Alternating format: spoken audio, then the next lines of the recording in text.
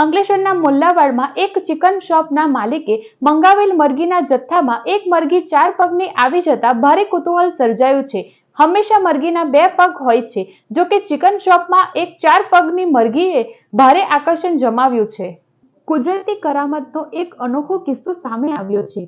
અંકલેશ્વરના મુલ્લાવાડામાં એક ચિકન શોપમાં 4 પગની મરઘીએ ભારે આકર્ષણ જમાવ્યું છે। મુલ્લાવાડમાં રહેતા ચાંદભાઈ કુરેશી છેલ્લા 50 વર્ષથી ચિકન શોપ ચલાવી રહ્યા છે। તેઓ મરઘીનો જથ્થો મંગાવીને વેચાણ કરી રહ્યા છે, ત્યારે હાલમાં તેઓએ મરઘીનો જથ્થો મંગાવ્યો હતો। મંગાવેલી મરઘીઓમાં એક 4 પગની મરઘી જોવા મળી હતી। ચાંદ કુરેશી આ 4 પગની મરઘી જોઈને અચંબામાં પડી ગયા હતા। મરઘીને મુખ્ય પગ હતા અને પાછળના ભાગે 2 પગ લટકતી હાલતમાં જોવા મળ્યા હતા।